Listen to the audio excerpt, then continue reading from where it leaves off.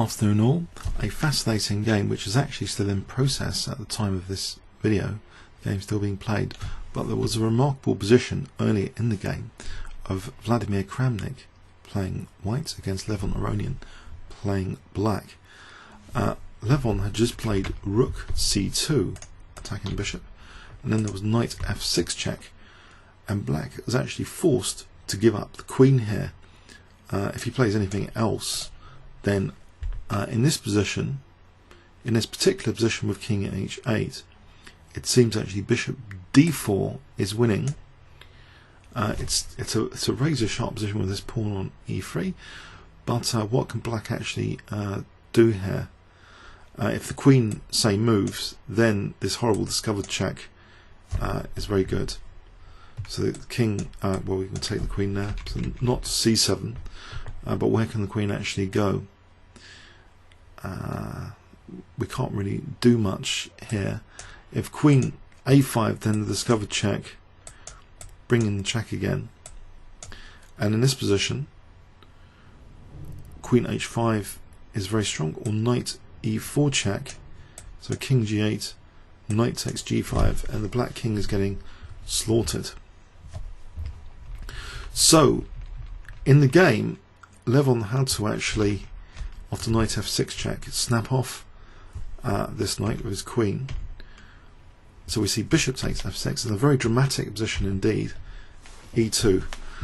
Wow, what a position. What on earth is going on here? Well, Vladimir can still open up black's king position here, which is what he played, with bishop takes G5. So offering a rook to be taken here, which can be taken, either rook. But this is the remarkable thing about this game. Taking either the F rook or the D rook should be technically about equal, or actually simply taking the bishop first should be technically about equal. Remarkably, Levon Aronian, and this is a cruel fate of the current engine age we're in, that anyone with their engines can get an idea of, at least technically, from an engine perspective, what the howlers are. And apparently this move is a howler. Levon Aronian, instead of like taking on G5 or taking one of the rooks, played actually bishop takes D5. This just, before we go into bishop takes D5, if we take a rook, how is this position? Rook takes, and then we take here. The thing is, black has two rooks, say, versus the queen, and two bishops kind of balance the rook, but there's a dangerous pawn here. Queen takes, king H7. What could white actually do here? He's a bit tied down with his back row. You know, if he tries to move the rook, then the back row is weak. So if he tries F6, then rook E2, and I think the engine's suggestion just to take the perpetual check here. So it should have been, you know, this is a comfortably drawing for black, in fact. But no, Levon Aronian in this position plays bishop takes D5. So technically this is a howler move. And in fact there seems to be several moves which are strong, and Kramnik did choose one of them. Bishop F6, bishop E7, bishop takes H6, all these discovered checks are all strong here apparently. Bishop takes H6 was chosen, snapping a pawn with check. And where does the king go? If the king goes to H8, then this is absolutely terrible, because a bishop takes F8. And here, things are not working out for black at all in this particular position. I think the reason is the king's kind of exposed. If rook takes F8, then F6 is really strong. So for example, E takes, rook takes G2. Here white can play queen H5 check and actually take off this bishop, and that's it. That's end of game. So in this position, at least in this position, after bishop takes H6, the better move, King H7, was played, but still white has this white has remarkably, seemingly straightforward in some respect move, because what are the actual issues being faced for white here? Well, as well as losing one of the rooks, this rook is coordinating with the bishop on d5 for g2. White has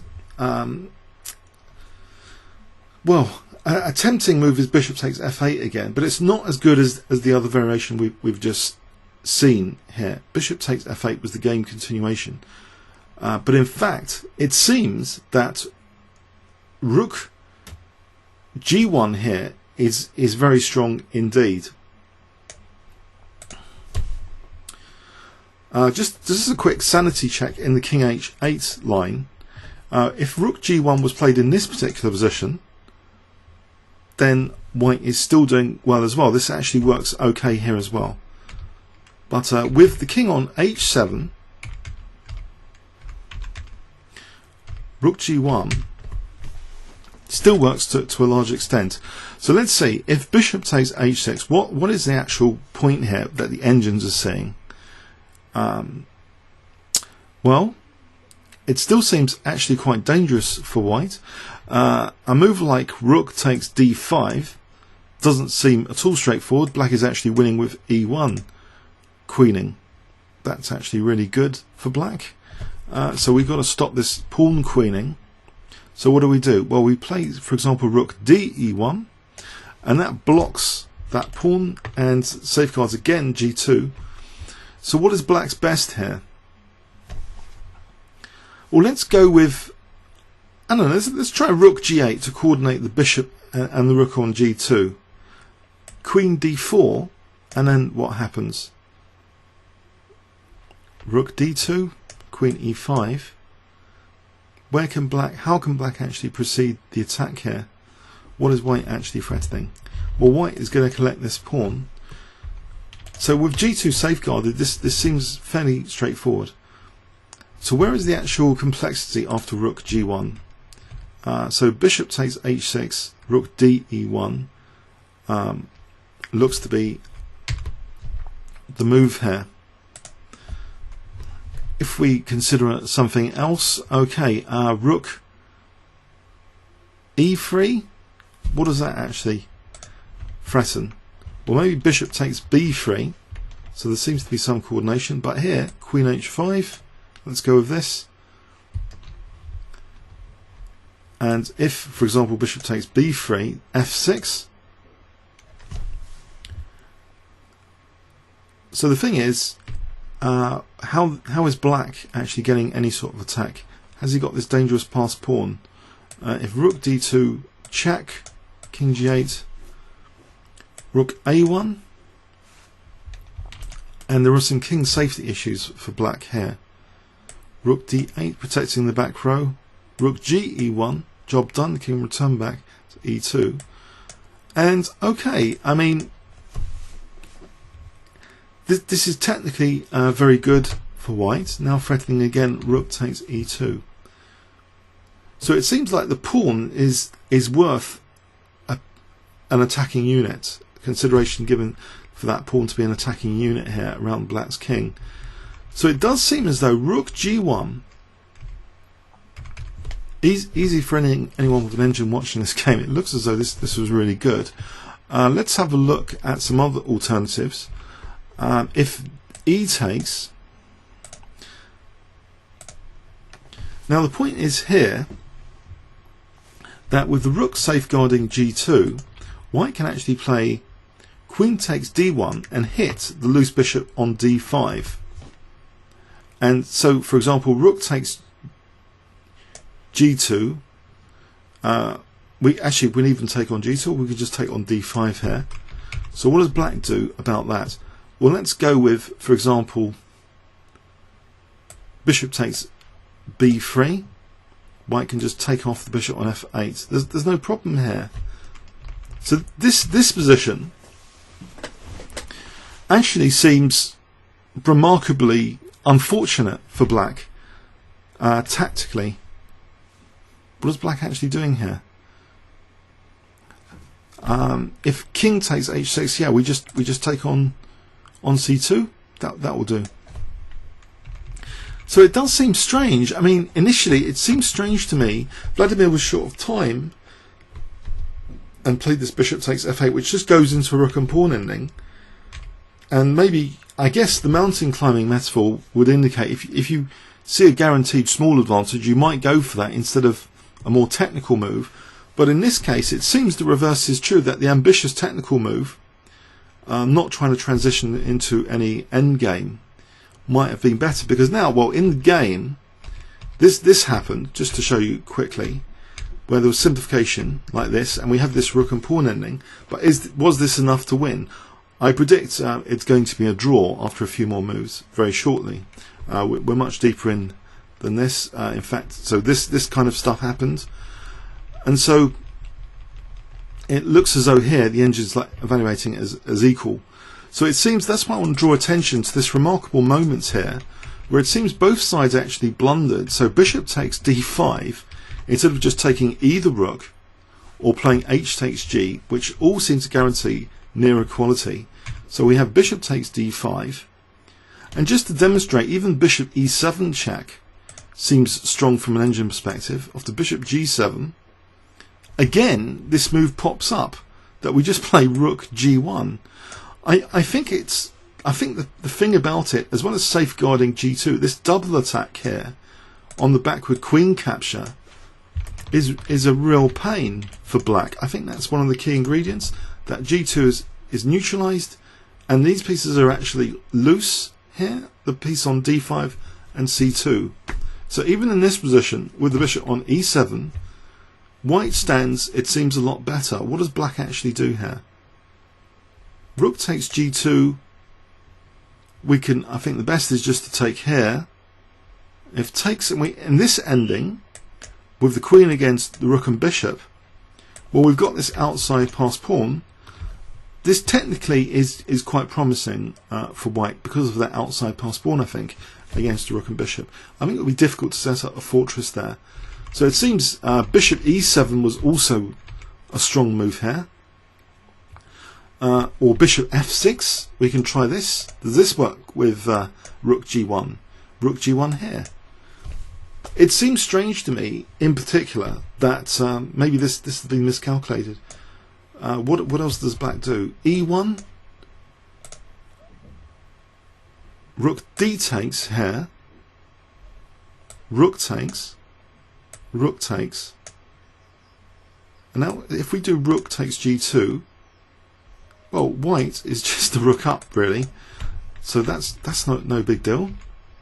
What does black do apart from in this position? E takes d1. Rook e4. We could try rook e4. As long as the queen stays protecting d1, there is a little finesse here to note, though. Because I say that's the condition to stay protecting d1, so you might think h5 or f3 will do, and this is why chess is so complicated. In fact, in this position, if queen h5, okay, not e takes, because the queen takes d1, but actually in this particular position, e1 here is actually very much okay for black, because the point is that g2 needs to be guarded here. So rook takes. If we play rook takes here, then actually white is getting mated in 4 with bishop takes g2 check and bishop c5 check. Ouch. And this is going to be totally backfiring on white. White just gets mated.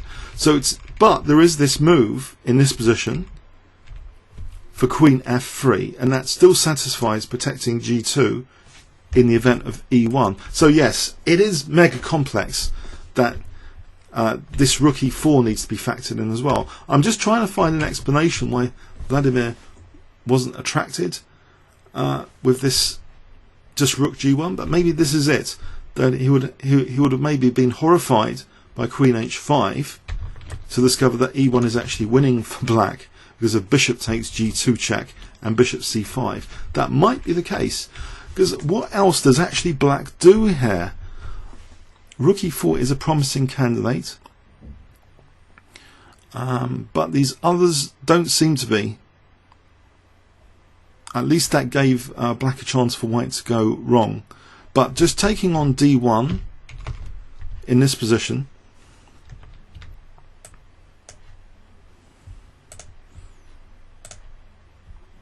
queen takes D1,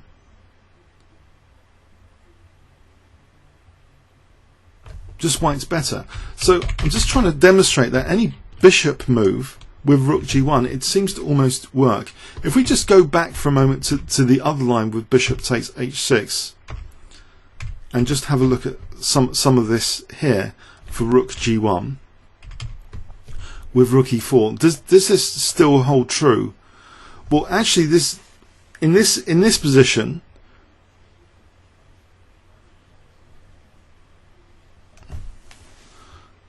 funny enough, Queen H5 is now stronger than Queen F3.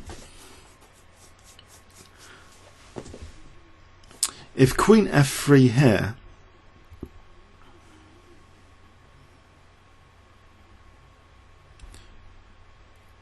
then okay, E takes, we still have Queen takes D1, and white's okay. If bishop takes H6, Rook DE1, and white should be okay. It's fascinating. Rook E5, Queen G3. I can't see. Okay, it's complicated. Maybe there was a slight concern about this pawn with bishop D2, but the thing is, this F pawn makes up for that. So if we tried to win like bishop D2, well, actually the rook's on here in any case.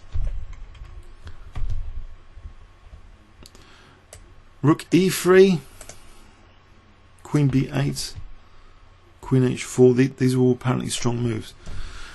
So it remains a bit of a mystery right now.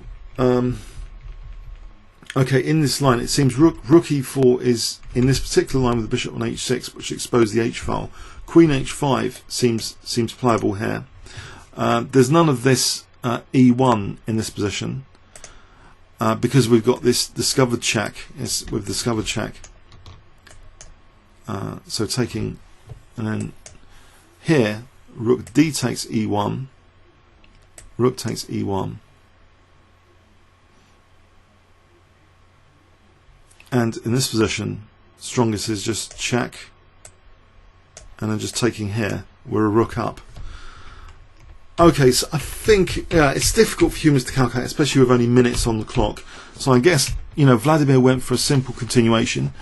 But I'm just taking on F8. But it does seem as though he had just missed today the opportunity, it seems, at least from an engine perspective, to defeat the world number 2 with Rook G1. I just can't see what would be the major issue, but of course it's a very complicated position compared to the guaranteed draw or win he might have presumed with the rook and pawn ending. Needs a lot of working out. But yeah, I mean, bishop takes H6 does scrape that H file, so it is actually even safer than bishop F6. Well, these other tricks like Rook E4 exist. So bishop H6 has got a lot going for it. So it just seems Rook G1. I don't know if what you guys think about this. Was this a major miss in this game? Would you on YouTube have seen Rook G1 in your own games? I don't know. It just seems very interesting to me. Maybe this is just the effects of time travel. We're in the blunder zone, move 35 to 40, approaching that first time control. So I guess anything can happen in that when grandmasters only have minutes on their clock. Comments or questions on YouTube? Thanks very much.